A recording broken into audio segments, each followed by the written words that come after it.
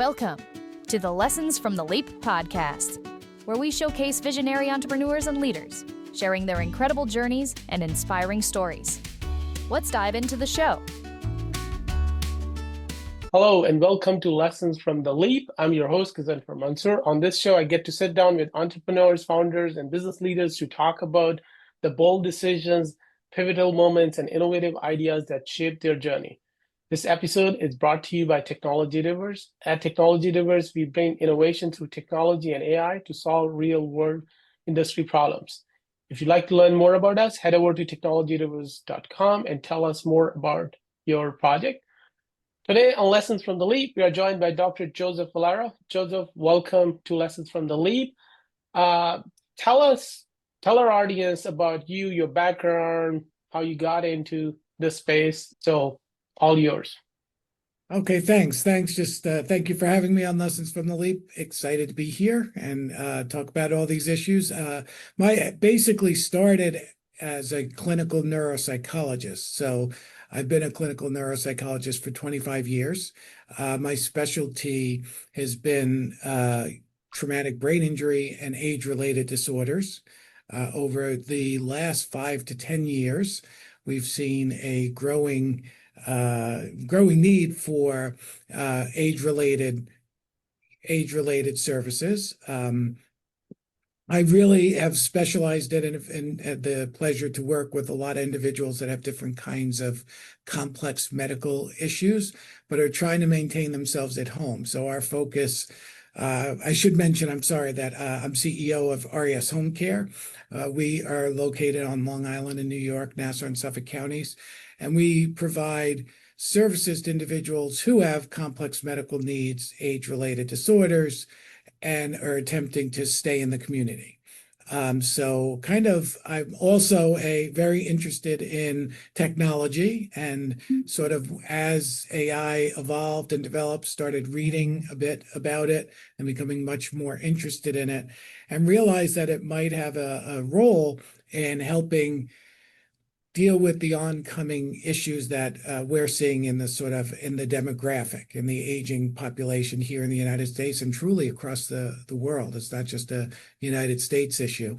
So we decided to go to a conference. We're at the conference where I actually met up with you, but it was a year before, just to see if our thoughts that AI could be an effective way to help manage individuals with these challenges in the community. We got a lot of positive feedback, so we decided to embark on designing a system that was specifically geared towards helping individuals age in place, which is really the model that most of we're seeing here in New York State, where we're located, but I think that's a model that we're seeing across the United States in general. And so we decided to commit to developing an MVP for a beta, to see if what we were thinking would actually translate. So that's sort of the quick version of how I ended up here. So coming from running a home care service business, which is totally different, and coming into the healthcare software, which is obviously a very different. Building a software has its own challenges, and especially building in the healthcare space, building where the compliance requirements are pretty high. So obviously, as our business, we also work on this, so I can totally relate to that, so I can understand that. So how is your experience coming from services business into building a software? Well, luckily, I did have some experience in this space, although I've gotten an education with our current experience. So years ago, I was part of a group that developed an electronic medical record system.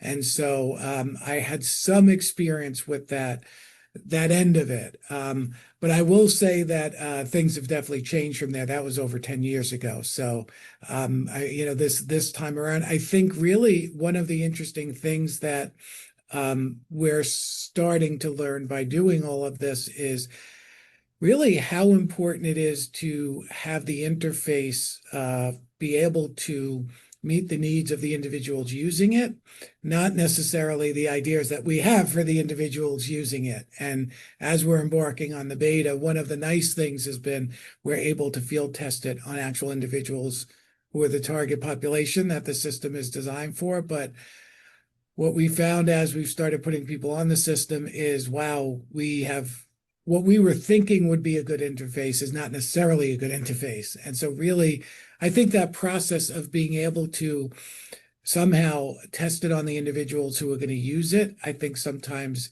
in the software space, I guess is not often done enough. I feel like that's something that I would be a real challenge. It is a challenge to do, by the way, but I think it's a worthwhile one because I find that from the research I did on these kinds of systems, one of the challenges is sometimes the interface is not good for the user.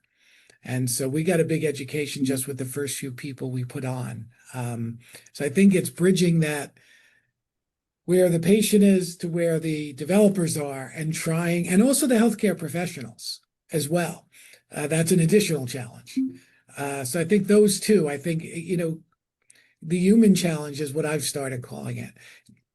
You could have a fantastic software system, but if the users aren't feeling it's fantastic, then it's not going to be successful. Oh, absolutely. I think user experience is the most important part. And in my book, Beyond the Download, I also write about building apps that organically blend into the daily routine.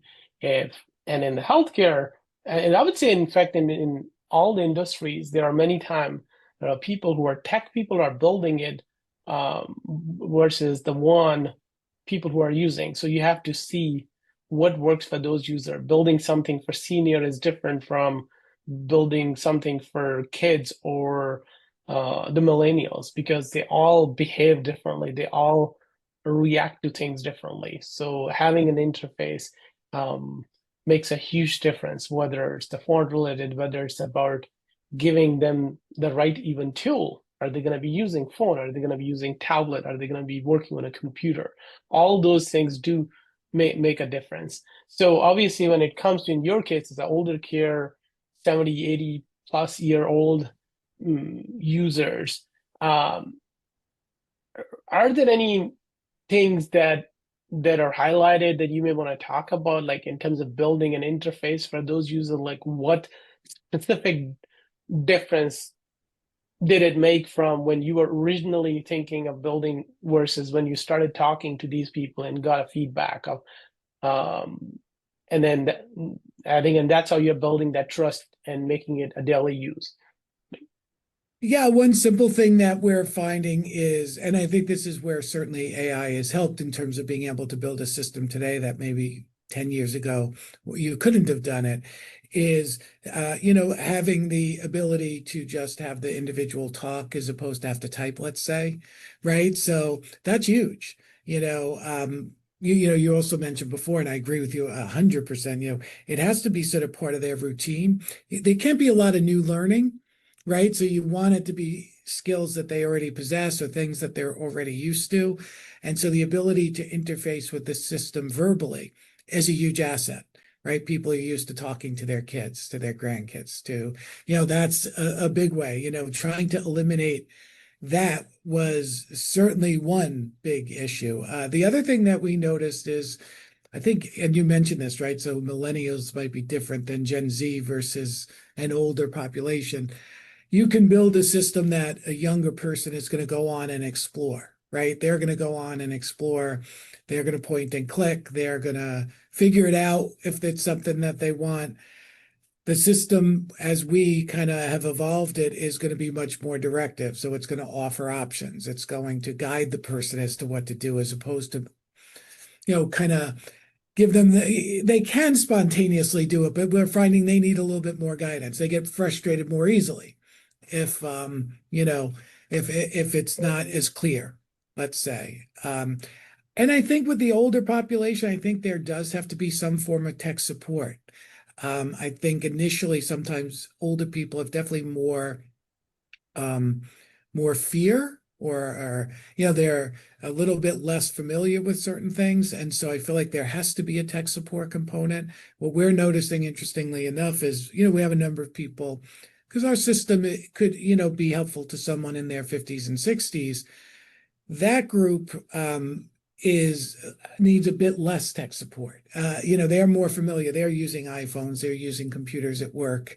They're familiar with the tech. So they're a little bit more independent, but you start getting into this, 70s, that demographic didn't have as much exposure to it in their experience. So they need a little bit more guidance. So I think that you mentioned that personalized interface, being able to be flexible enough to really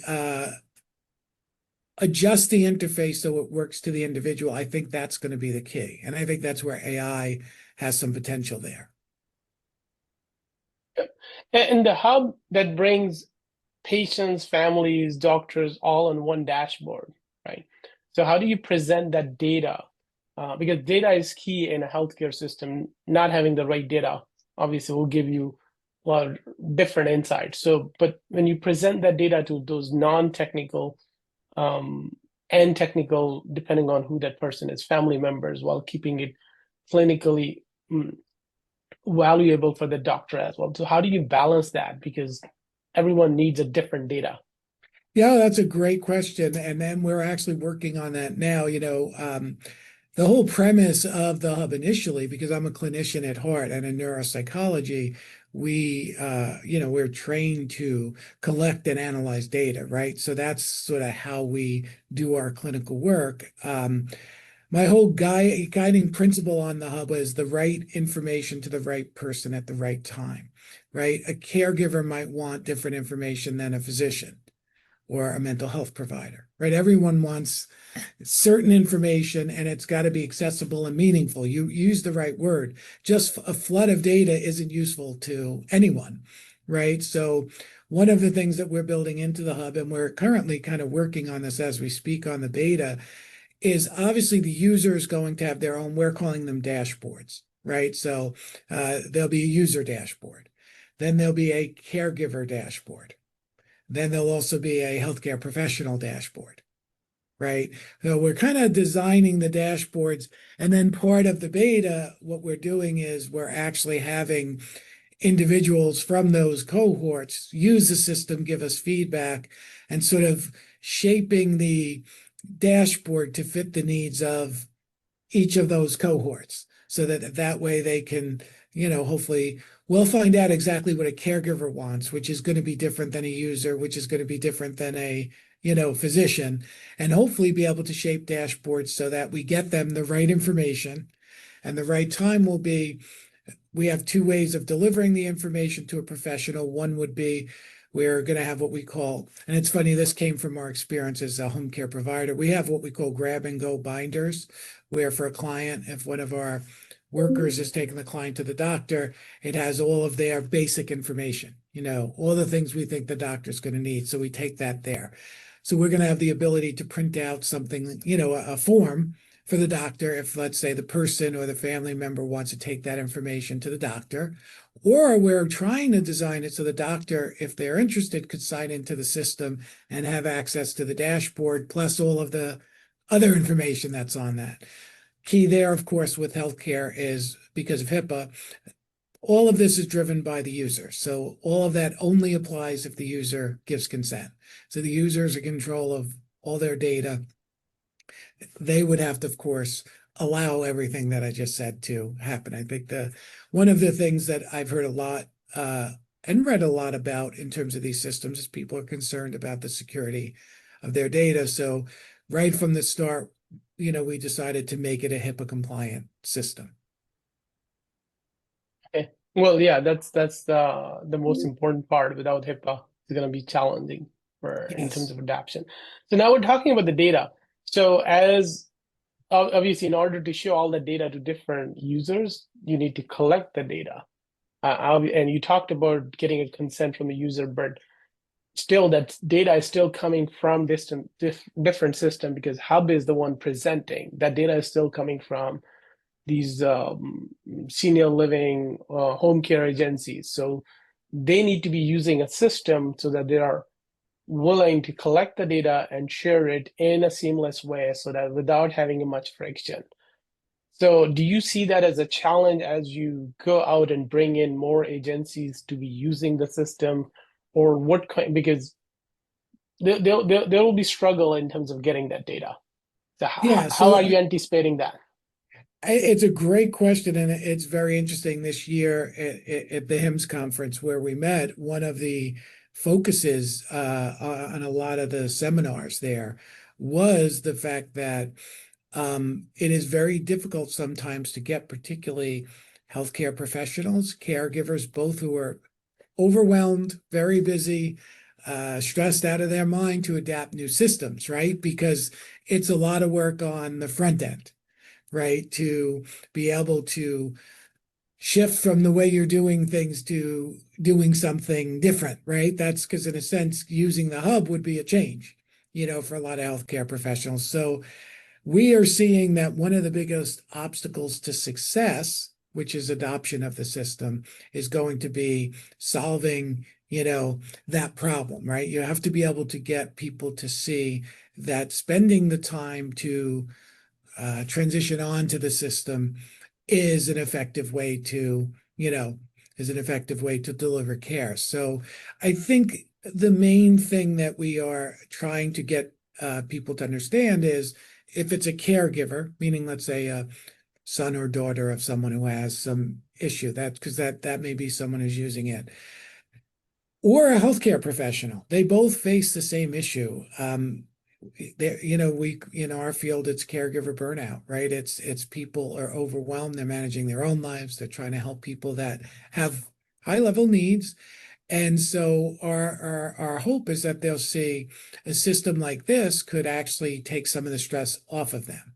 So for example, with healthcare professionals, I'll give you an example. Like this is the kind of stuff that I found interesting in our experiences. So we were talking to an agency who's very interested about adopting the system. It's another home care agency. So they send aides into the home who directly work with the individuals who let's say have dementia or Alzheimer's.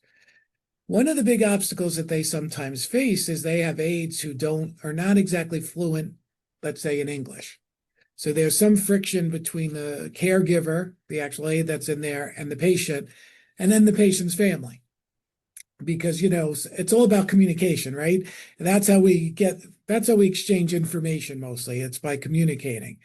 And so the head of that agency said to me, would it be possible to have the interface serve as like a translator, right? So if the aide could speak we have avatars that are that are part of the interface to the avatar, and then have the avatar, translate it into the language of the patient, would that be possible? Now, that was not something I had initially thought for part of the system, but of course, thought about it and said, yeah, I've talked to our developers. They said, yes, it would be possible. And so we are going to certainly make that part of the system. So part of the beta test is identifying those pain points for professionals and their organizations and trying to modify the system so that it could incentivize them to spend the time to use the system effectively. So I think it's really, it's identifying those pain points, and also it's going to be proving that the system is effective in getting the person the right information that they need at the right time. And so I think that's going to be our biggest challenge. Yeah, thanks. So a little bit more on the senior living, what's coming. So the aging population by, in some reports I saw, like by 2030, 1 in 6 people would be over age of 60-year-old. So where do you see the opportunity or challenges for this space? And at the same time, there are some numbers that by 2030, predictive AI will be embedded into almost every healthcare system. Now, will this close the care gap, or will this create a divide between companies who understand human psychology and versus the one who are just building the tools?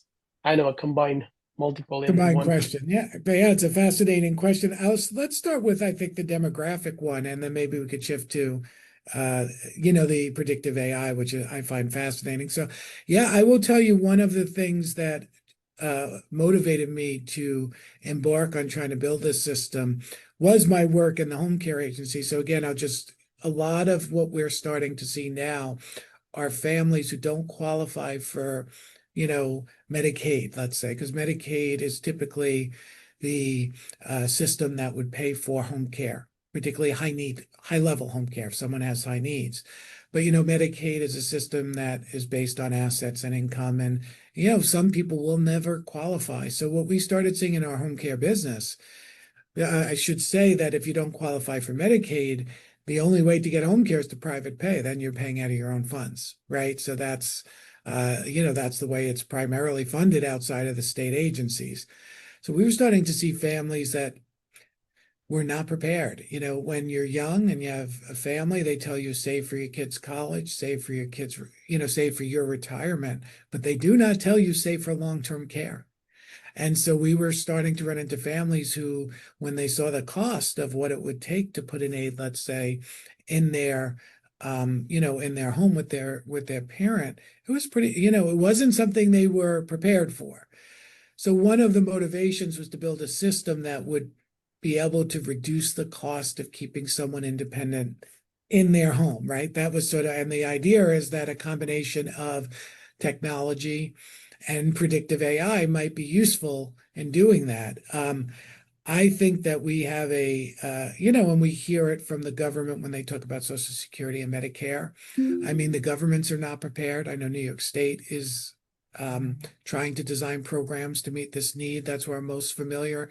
I know the federal government is. I think it's a real issue, and I think that these systems have the potential to be more cost effective than putting an aide, let's say, in one-to-one in person. So I see that as going to be a big place for these kind of systems to find themselves. Now, you were mentioning sort of the crossover with predictive AI. I also have learned, both as a clinician and in developing this system, that I don't believe technology will be a replacement for care. I think it has to support the professionals who provide the care.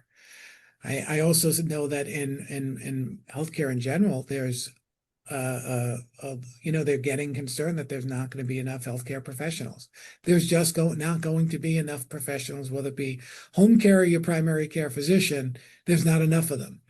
And so if technology, and particularly predictive AI, which I think has some potential if it's done right, and if I'm understanding it correctly, will allow people who are healthcare professionals to have larger, let's say, patient loads, but they'd be able to still provide good care, right? If you kind of integrate all the things that we're talking about. So I think that I do think that there's potential there. I think whether or not it will become where, I don't know how the competitive side, whether it will create barriers for companies or opportunities. My guess is probably both.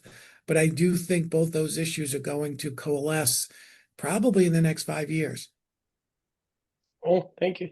Yeah, I think my understanding is the same. I think it's the opportunity as well. I wouldn't say there's hurdles, but it's more about adaptation. Like AI is changing, so you have to change how you work. That's a bigger part.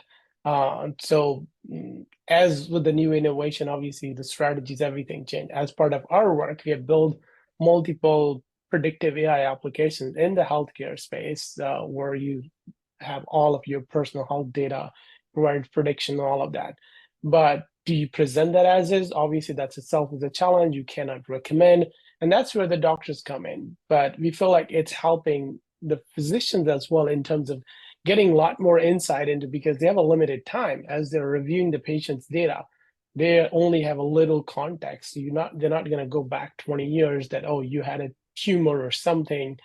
And it takes a lot more time. So with all of the system will give you a lot more insight and like, okay, now you can quickly make some of those decisions and maybe digging further into something. So more focused health, more focused care.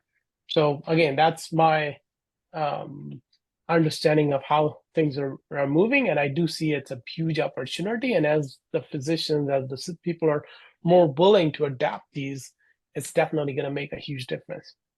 And I do think that one of the reasons to be optimistic is, I know one of the biggest challenges has always been interoperability.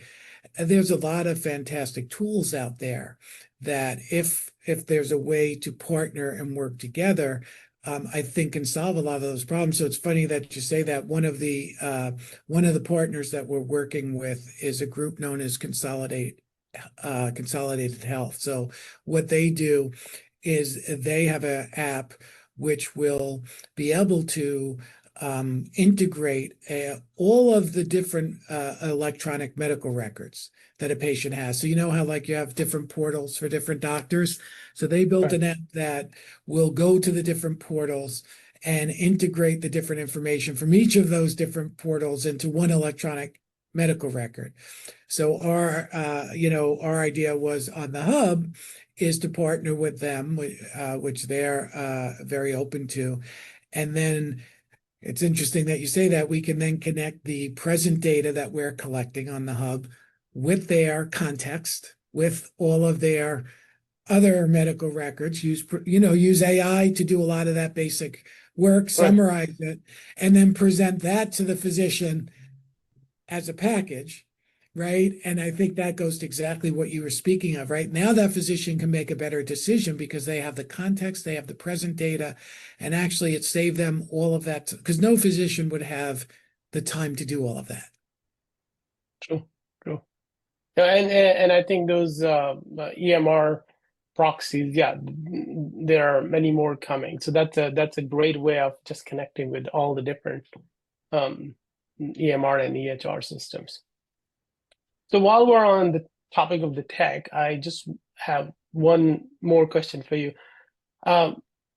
Obviously, coming from healthcare, building a tech company, it has its own challenges. So can you talk about some of the challenges that you had in building a tech product, and what are the lessons learned from it? Yes, I can certainly do that. So one of the challenges is, of course, I think it's really as a healthcare provider, the communication with the development team and trying to bridge that gap. Developers think very different than healthcare providers, right? So I think it's really trying to find a way to meld the two, right? So, I always tell the people that I work with here in the office, what we want the system to do and what it realistically can do. Sometimes it is, so we all have to compromise, right? So it's not going to be exactly the way we want it. We're going to have to be flexible, and sometimes the technology has a different solution that could be just as good as the way that we want it. So I think it's that really finding, and again, this is why I think AI is fantastic. I think older systems weren't as flexible. The AI-based systems seem to be a lot more flexible. So that seems to be, I think the other big challenge and the other big thing we're facing even today as I'm speaking to you is, timing. Of course, you want everything to be done as quickly as possible. And our beta test, which was supposed to start, really back in March 1st, it's sort of up and running in May, but we'll probably be fully up and running June, so delays and just making sure, you want the system to be operational enough when you start the beta test. So I think all of that stuff, just being patient with all of the different bugs and fixes and all of those things. And I think the big challenge, and, I think I'm seeing in tech is it's expensive, getting a tech platform off the ground, never comes within budget. So, I think you really have to be ready for a huge upfront investment in order to have the product at least effective enough to be considered to be viable. Yep, I hear you. I hear that all the time. Like building the product the right way the first time, that's not an easy thing, and that's not everybody has been able to achieve. So yes, it has a big learning curve. So what would you do differently next time if you have to build another product? If I had to build another product, what would I do differently? That's a great question. I think what I probably would have done was probably did a bit more work on the interface on the front end. So like I said to you earlier, in the podcast, we designed it sort of how I talked to a lot of different professionals. It certainly wasn't just me, how we thought the interface should be designed for the patient. right? So that was the original interface. That's how we designed it. And then we got an education once we started putting people on it, and we had to make a lot of adjustments, which is what contributed to the delays, right? And the expense and all the things we just talked about. I think I would have done actual research with the patients who are going to be using it earlier in the process. And I think it would have probably made that process smoother, less expensive. So I think that's one big one. I think I would have adjusted my timeframes too. And that's as much a personality thing. I always say to people that really know me, I always think in my head things are going to be easier than they are. And so I sometimes don't always time-wise, don't always have a good read on things. So I'd be more realistic in terms of what the time frame would be. Yeah, you raise a good point, and it's an interesting point, like in terms of what users want versus what we want to build. Again, and different approaches to that. I personally am more in favor of like just like Steve Jobs says, your users don't know what they want. You have to tell them. And it's not, I mean, obviously we all talk about the customer discovery, all of those things. But at the same time, we noticed that working with so many healthcare physicians on these healthcare products, it's many times you're getting a feedback from some people who may not be the user experience people as well. So sometimes you have to push or give the direction. This is how you want. Once you show them, suddenly that's a total different outcome we have seen. Well, but that doesn't mean you just put something. It's again, depending on who the person is. And I think the other part that you mentioned is all about, I think, the product management, the prioritization. How do we get things done in the software world so that they get done on time? The problem in the software world, it keeps building and like the problem is it's never get launched many times because the features keep coming, the wish list keep increasing. That's where we need a discipline, even just like in any part in our lives.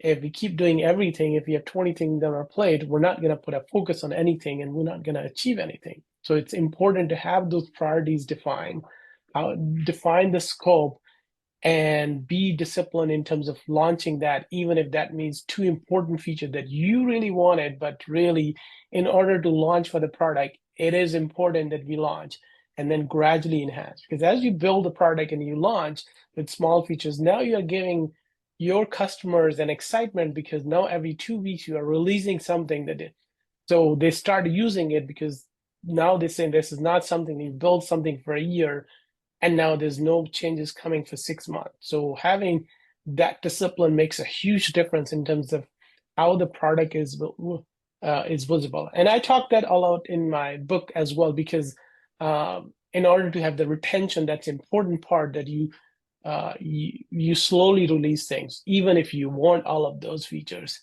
So and again, that's how you drop those nuggets of features in front of the customers and excite them. So if they're excited, they'll continue to use, they'll continue to help you build a product that they're giving a feedback. So, but yeah, good insights. Thanks, Joseph, for being on Lessons from the Leap. There were so many great insights about the home care, senior care, AI, predictive AI. So where can people find you if somebody's looking to connect with you, if they want to talk about your RES home care or Hub Central, if anybody wants to join the beta, what's the best way? The best way is go to the website, thehubcentral.com, and you'll see there's a way, just the contact information form, use that. And that's the quickest, most direct way to get a hold of me. Or if you want to become a beta user, we're encouraging everyone to do that. We are very open to feedback. Again, one of the things that you just said is we are going to be adjusting the system now as we have users on it based on the feedback. I'm excited to do that. So I think that's probably the quickest and most direct way to get a hold of me. Okay. Thanks for being on the show. It was great speaking with you. We'll look forward to sharing this podcast episode to our viewers, and we'll We'll share all the resources that you mentioned in the podcast notes. Thank you so much for having me. Thank you for tuning in to the Lessons from the Leap podcast. Don't forget to hit subscribe so you never miss an episode. We'll catch you next time.